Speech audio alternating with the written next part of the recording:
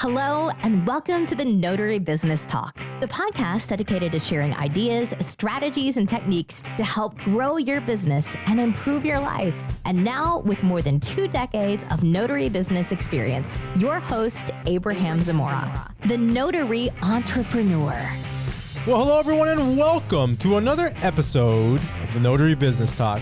My name is Abraham Zamora, and I am the Notary Entrepreneur. And in this episode, we're going to discuss the 4 habits successful notaries follow to create great notary careers in their lifetime. And these are the kind of things that you want to do to the point where you become a master at them. They almost become automatic in your day-to-day work and your day-to-day business. It's kind of like being in sports. How many of you have been in sports, or your kids are in sports? You know, they go to practice, or you go to practice every single week, every single day, practice the same moves. But when it's time to actually play the game, let's just say, for example, a tennis player. I mean, they're out there, they're playing. Once they're in actual playing mode, there's no longer thinking or strategizing or trying to figure out what the right thing or wrong thing is to do. It's about acting, right? It's about performing. And these are the kind of things, what I'm going to teach you guys today, the 4 essential habits of a successful notary. These are the kind of things that you want to start thinking about and practicing now, so that when you're in the moment, when you're actually notarizing loan documents or general notary work, it becomes automatic. You no longer have to think and wonder, should I be doing this? Should I be doing that? Particularly if you're real busy and you have a bunch of appointments, it's not the time to practice your craft when you're inside of an appointment. You want to learn and do these things and make it a habit, which is what a habit means, right? It's to do it enough times where it becomes automatic. You automatize your behavior. That it's almost just, you don't even think about it when you do it. So, and these are the kind of things, these are very basic things, but that I still find notaries don't do and are potentially putting themselves at risk of getting in trouble or making a mistake that may cost them in the future. So let's go ahead and get into the 4 habits that I find successful notaries follow to stay out of trouble, to do good work, and to make sure that they are successful in their career. So the first one is to always administer an oath or an affirmation whenever it is required. Now, this is one of those things that constantly gets overlooked, and it is crucial for you to do because, for one, in most states, it's the law, right? As far as I know. In fact, it should be in every state as far as I know. But I don't know every single state's law. But this is one of those things where if you ever have to go to court and testify, you don't want it to come back that you did not administer an oath. And the other thing is that, particularly with certain documents, it is important for the person that's going to be receiving that's being administered the oath to understand the severity and the importance of what they're doing and what they're about to do. And this gives them that opportunity. So just out of being respectful and mindful of the decision that the person is signing in front of you, this is information that's valuable to them, and they should know this. So now, look, particularly here in California, these oaths are pretty big. So, and you don't necessarily have to remember them outright. I don't have them memorized, but what I do have is I have one of those notary primers that the National Notary Association sells. And I try to get one every year, and I have gone to the page where those oaths and affirmations are listed or are discussed in the book, and I highlight those, I flag it, and I carry this book around whenever I have to administer an oath or an affirmation. And when it's time to do it, I literally just pull the book out and start reading to the people and then have them answer, you are not named in this document. You have no financial, I haven't memorized it, but you don't need to memorize it. You just need to make sure you have the resources available. If you don't want to do that, you can definitely maybe just find an example of an oath or an affirmation for your state, make a copy of it, laminate it, keep that in your briefcase. And that would be also another solution to not having to remember the oath or affirmation.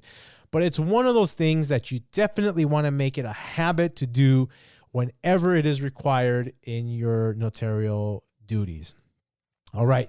The second habit is to notarize the documents in the presence of the signer. Again, this is one of those things where in most states, it's the law. You have to notarize in the presence of the signer, similar to the fact that they have to be present to begin with, physically present when you're signing like an acknowledgement, for example, here in California.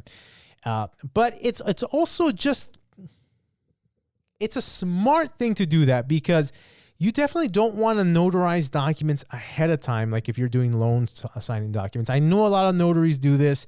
They do it to sort of save time and get ahead of the curve with their appointments.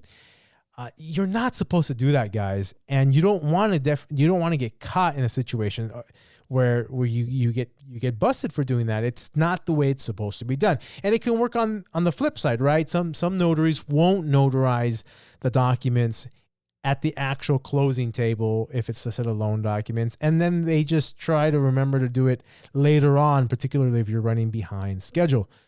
But again, what if you forget? What if you send those documents back and you never notarize them because you didn't do it at the time and you intended to do it later and now you have forgotten to have notarized them, and now that looks bad on your part, and it's pretty obvious you didn't do it when you were supposed to because they weren't notarized.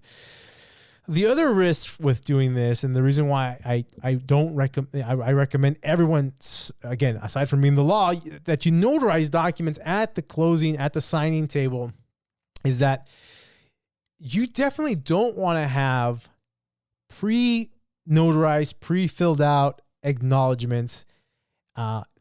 Some notaries even just have blank acknowledgement sheets that they have signed and stamped ahead of time with like no name of who they're notarizing. I mean, think about it. How risky is that? If your bag gets stolen or those things get misplaced, anybody can get that document, put their name on it, and say that you notarized whatever document they're trying to get away with, and now you are liable. You are responsible because you stamped and signed an acknowledgement when you weren't supposed to, which is in the presence of the signer. So if you want to avoid potential risks to your license, to your commission, to your business, to your pocketbook, right, because of the liability involved in being a notary, then you definitely want to make sure you make it a habit to always notarize documents at the closing table, even if it means you're going to be a little late.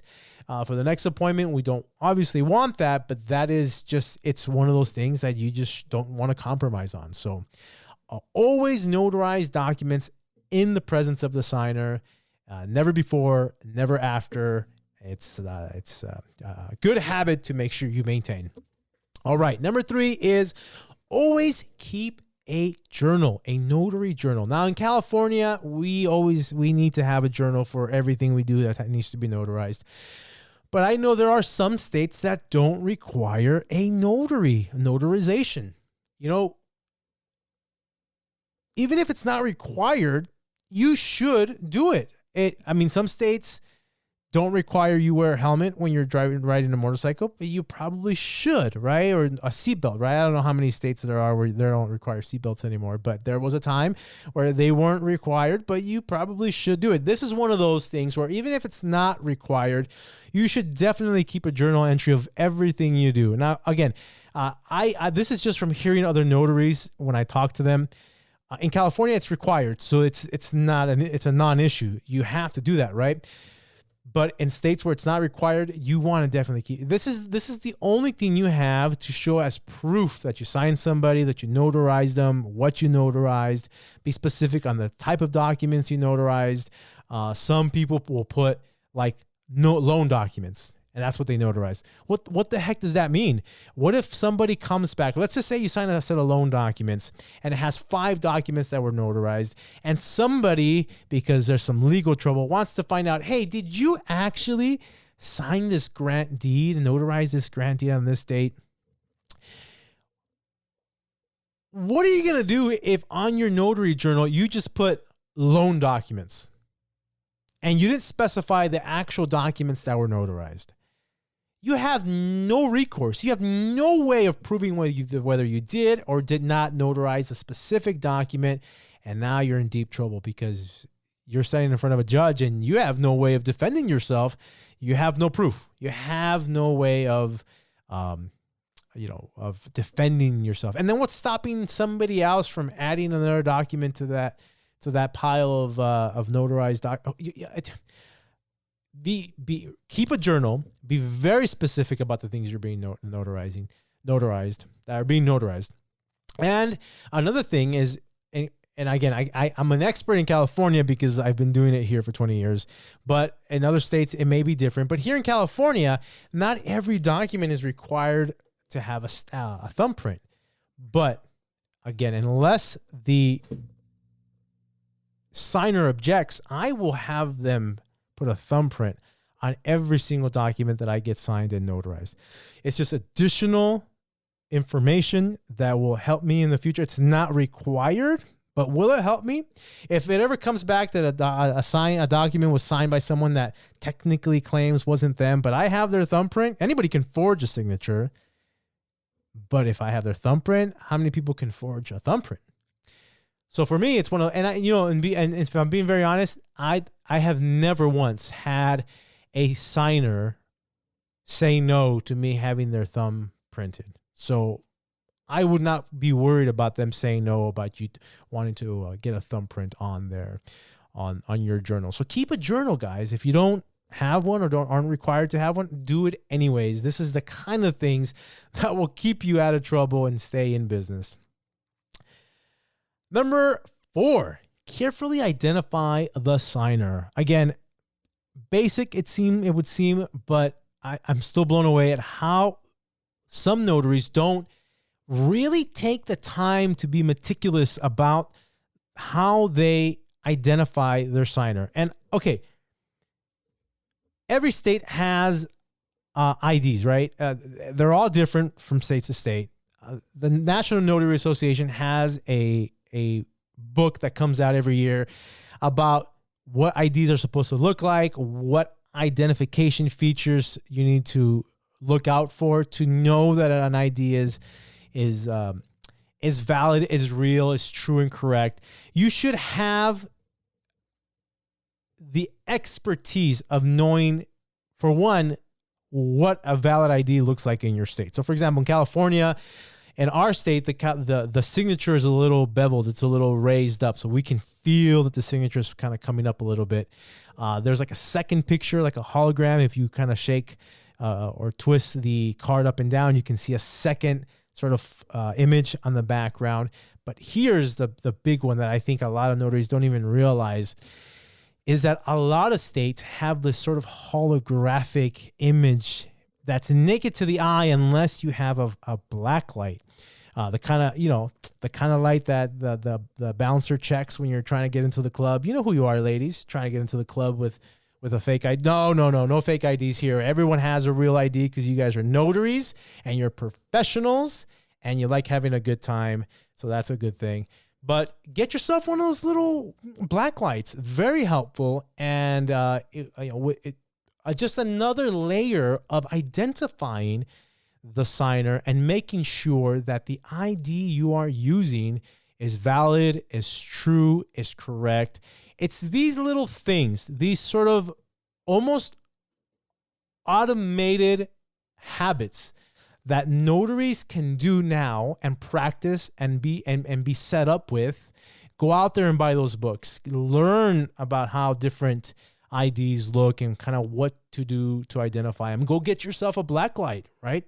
Buy those books. If you don't have a journal and your state doesn't require journals, go out there and get one anyways. Learn how to, track and identify specifically the things you are notarizing. And if you guys do those things, if you guys stay on top of your profession, your craft, your skill, you will stay in business, you will stay out of trouble, and you will have a long, prosperous career. All right, guys, I hope you enjoyed this episode. We kept it short.